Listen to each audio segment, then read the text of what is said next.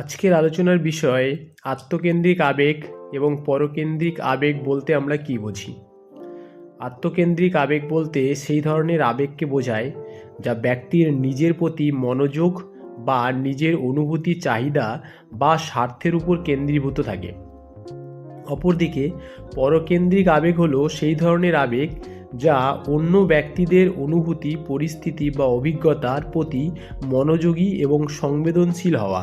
এটি অন্যদের কল্যাণ, দুঃখ, কষ্ট বা আনন্দকে বেশি গুরুত্ব দেয়। ভয়, ক্রোধ, ঘৃণা, অহংকার, লজ্জা, অপরাধবোধ, হীনমন্যতা এই সবই হলো আত্মকেন্দ্রিক আবেগের উদাহরণ।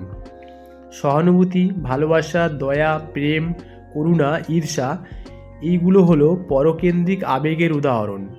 আত্মকেন্দ্রিক আবেগ এর লক্ষ্য হলো ব্যক্তিগত উন্নতি বা আত্মমূল্যায়ন করা, কিন্তু পরকেন্দ্রিক আবেগ এর লক্ষ্য হলো সম্পর্ক উন্নয়ন, সামাজিক দায়বদ্ধতা ও অন্যদের আবেগ নিয়ে ভাবনা চিন্তা করা।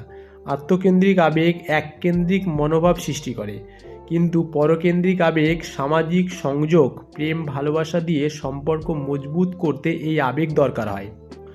উদাহরণ হিসাবে, আত্মকেন্দ্রিক আবেগ কেউ পরীক্ষায় ভালো ফল করলে আমাদের হৃদয়ে গর্ব অনুভব হয়, কিন্তু পরকেন্দ্রিক আবেগ কেউ বিপদে পড়লে তার জন্য সহানুভূতি অনুভব করে পাশে থাকা, বন্ধুর সাফল্যে আনন্দ অনুভব করা, কোনো শিশু কান্না করলে দ্রুত তাকে সান্ত্বনা দেওয়ার চেষ্টা করা, এসবই হলো পরকেন্দ্রিক আবেগের উদাহরণ।